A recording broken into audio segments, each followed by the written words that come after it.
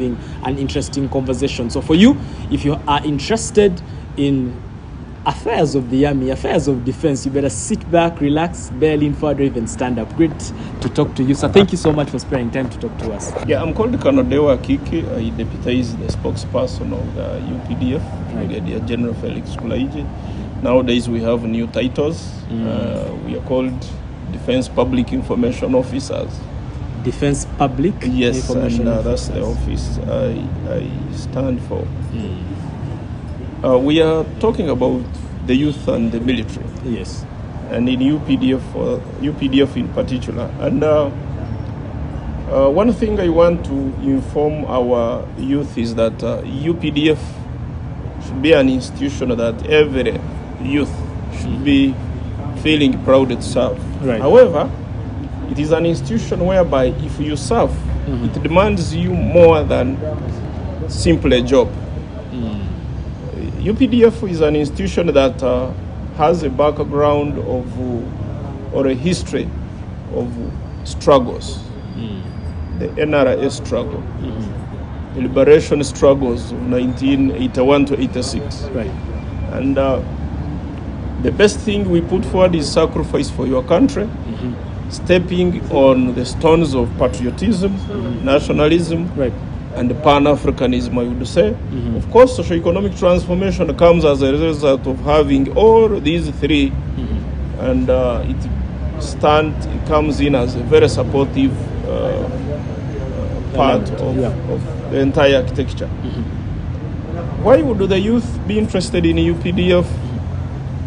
Because when you serve the institution of UPDF, which takes charge of the security of this country, you have basically served the entire country. Economically, socially, politically, everybody needs security. Apande, let's just talk about, as we continue, about the economic element. How will a youth who is watching, they joined the UPDF, how will they then be in turn serving the country economically? Let's just...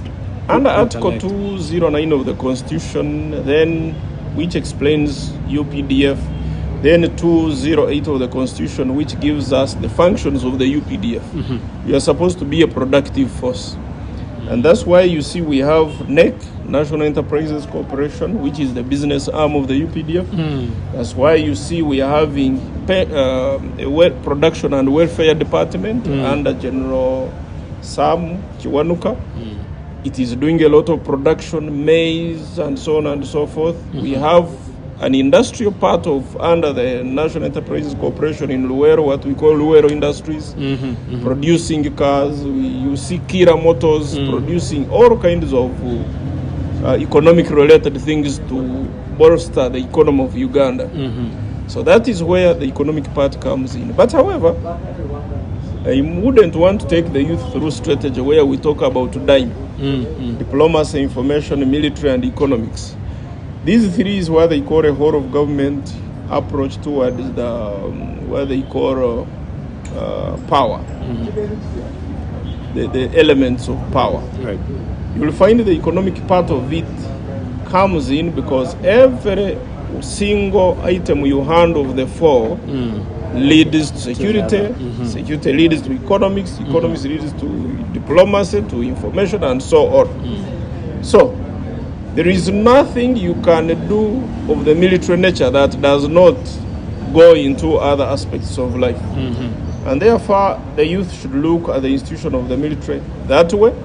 But most important, the information I want to pass is joining the UPDF is not looking for a job or taking a job. Sacrifice is the first thing. Patriotism, loving your country should be the ones ahead. Right. This little money you get in the form of a salary should be just to help you to move ahead and serve your country. Right. So easily. So Afande, for instance, those that may not probably want to join, but they are patriotic and they love their country. What should they know in terms of their positioning towards the army and economics? They should know that security starts with them. That is one. Number two, they should know that the institution of UPDF is there to help them to keep the country safe so that they can be able to practice their economic activities without anybody hindering them. Right. important. Afande, I want us to go for a short break, but when we come back, we'll just definitely talk about how now the operations they are in. For some people think, oh, it's a mystery, we don't know what happens in barracks, just to paint a little picture for us after the break. Now, do not go where you're still a lovely audience. We are being enlightened about what happens with the men of uniform. I'm coming back.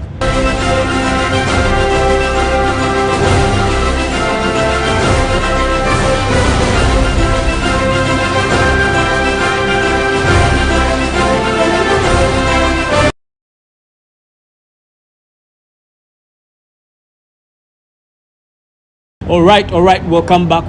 You're still live on the continent's leading intellectual platform, actually the highest platform for solution finding. You guessed right, it is The Desk. We are here, we're talking to the deputy spokesperson of the UPDF. They got new roles, but the new role is so long. But Afande here is enlightening us on some of the things that they've been able to do that you had no clue about. And for you who has had a bias, I think it's time you sit back, relearn and unlearn.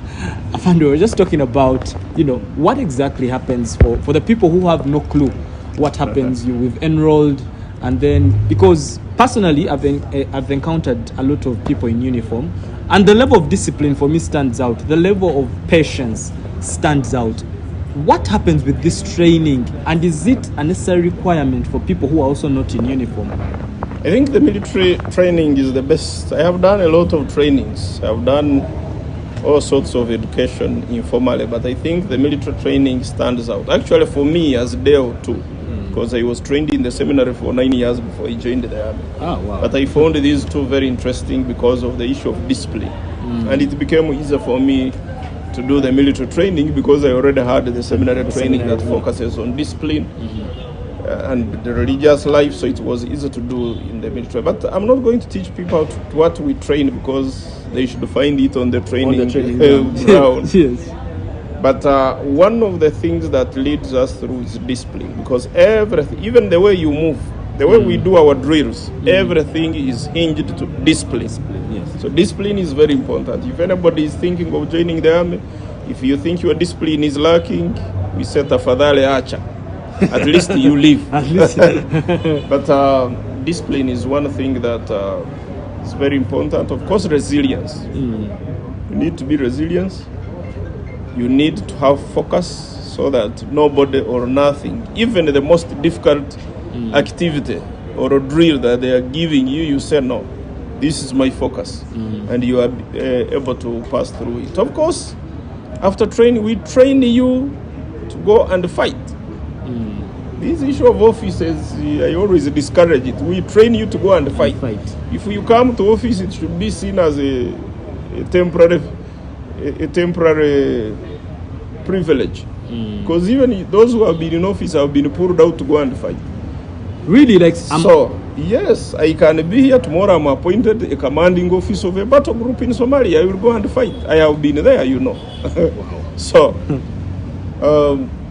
the best thing is we train to fight anybody who tries to interfere with the sovereignty, with the peace of the people of Uganda. That's our focus. That's our main business. Right. Afande, talking about the issue of fighting, when we sit down where we were in Chikubamutu and we're enjoying this peace, like personally, it's hard for me to hear gunfire. Like, people never understand that the army really goes out to fight. They need to look at the very many documentaries we have taken when we are on the battlefront. We have been in Somalia. We are in Somalia actually. We are in Congo. We have been to different countries. We have had missions. We have been to Sudan. We don't go there for a picnic. We go there to fight, and it is fire. It's death. We lose some soldiers. Lose some equipment, but at the end of the day, we win the battles. Because our job is to make sure we win. There is no soldier who goes to the front line to fight and lose. Right. So that's not with understanding is fighting just wars. Have you ever heard of that? Fighting. All the wars you fight must be just. You don't simply go out and fight. You must be fighting a war for a certain cause. Which cause should be pro-people cause. pro-people cause, not a cause that is for benefiting Deo, not a cause for benefiting UPDF or an individual party or an individual president. No, it is for the cause of the people of Uganda, it's for the cause of the people of Africa, and it is the cause for the benefit of all, not individually. Right. Those are the just wars. If there is something to fight, there should be some. It should be very clear enough. This is the reason we fight, and that's why we fight these wars and win them, because we have a just cause. It's not just for fighting, just. No. Afande, our time is fast spent. Let me go for just one quick break. Then when we come back, I want us to discuss, we've had this notion of what, those things. I want us to discuss them in the last segment, but let's come back. Do not go away. It's getting heated up. I'm coming back.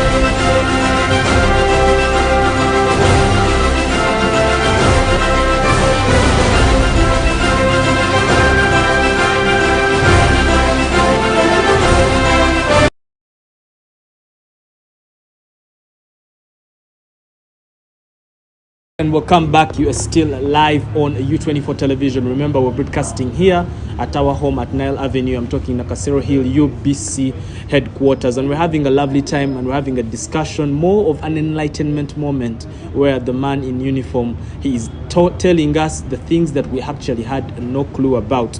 Now, for you who has had misconceptions about the army, you need to stop. Misconceptions like okusomo bakuganye omwana tumutwale mu majje. Very wrong conception and perception. Gone are the days when you are a crook on the village. They say, go and join the army. No, I joined the army when I was a graduate.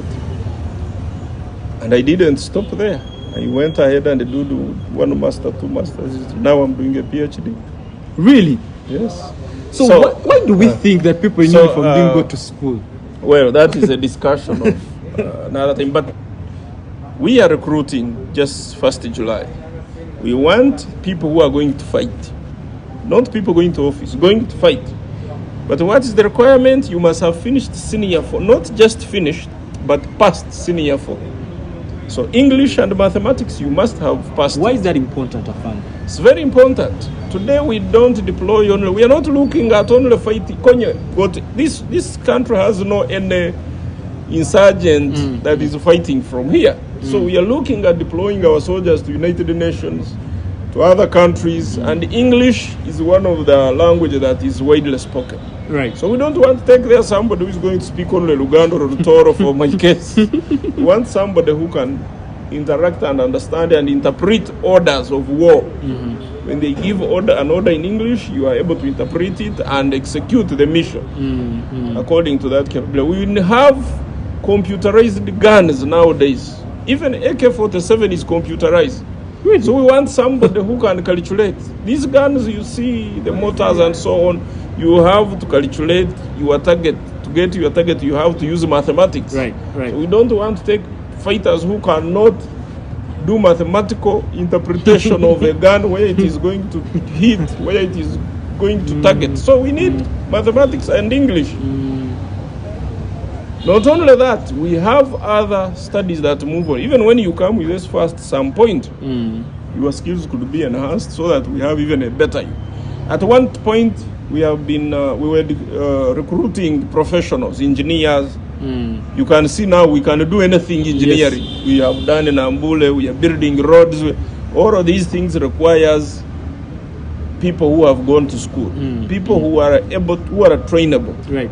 So that we have doctors, we have engineers, surgeons, we have yes. all types of professionals, so that we can become a productive force, not just production of maize and wheat and so on, but also production, industrial production, right, and other areas that our soldiers are involved in. So UPDF should be a one-stop center, like a government on its own, independent, that it can do anything that the rest of government does elsewhere. And this is very important. You remember at one time we had our doctors rioting here, and the doctors from UPDF who are patriotic and nationalists who don't care whether they are paid or not come in and work. Amanda, you want people not to be paid. Paying is not a priority. Yes, you are paid to enable you to work. I'm telling you, I joined the army when we were getting only, I think, 130,000. But we were able to work. Not even us, we are another generation. The likes of General Henry Masuko, who was here. For them, they joined the army when they were not getting anything. And they were able to liberate this country in 1986 without any pay. Even after 86, they spent some time without getting any money or getting very little. So the spirit of nationalism, patriotism is what drives the institution of the UPDF. If you don't have these virtues, it's going to be very hard. Right. So Afande, from your experience, as we wind up, from your experience, there's a youth who is watching you. They're probably an engineer, probably wherever they are, business person. We have a lot of entrepreneurs these days of our age. What is that thing that you would tell them, for them to be able to do their business and enjoy their country? It's simple. Security is not only the job of the security people in uniform. No. Everybody has something to contribute to security. Right. If you want to do your business well, know that the first line of security is you. What we call foundation security. It is you. Before even it comes to us. We don't get intelligence from Mars. We get intelligence from the people. People like tell us about the bad guys. Right. We might use technical intelligence, but the human being is the first, what we call human intelligence. What I still insist is you must have the spirit of the love of your country for you to tell the security people that there is a bad guy here who is going to affect my business. Right. And therefore you work together, not to fight security. Security is not an enemy. Instead, it's your friend to make sure that you do everything well. So the youth out there, please be the security persons yourself. Make sure that you contribute, you do your part to enable security to do the job well. Right. Afande, we've said everything, but this one should be the last one, maybe. For the girls who are there and they want to join the UPDF. Now, let me tell you, first of all, there is a requirement that every institution of government should employ 30% ladies. UPDF is not exceptional. We have been recruiting girls, and they have been doing exceptionally well. They can fight. Very well. Actually, a girl can be very dangerous on the front line. When a girl decides to fight, it can be very deadly. And we have had examples. Yes. They have done all types of things that we do. So nobody should tell you that you are a girl, you can't be a soldier. You can. We have them. Right. I can mention them. And the number is increasing every day. They may not be at the same level like men because of our historical segregations.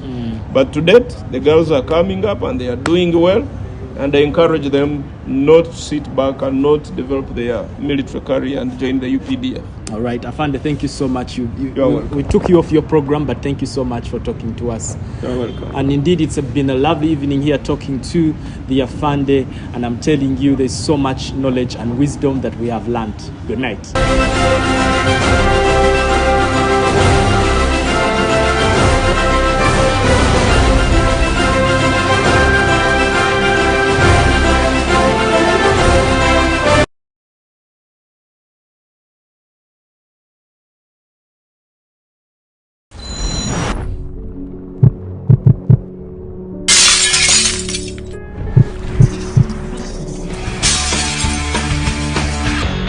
Anyone who wants to become a pledge. What fresh hell is this? Boy, you're looking like my type, but tell me, can you hit it right?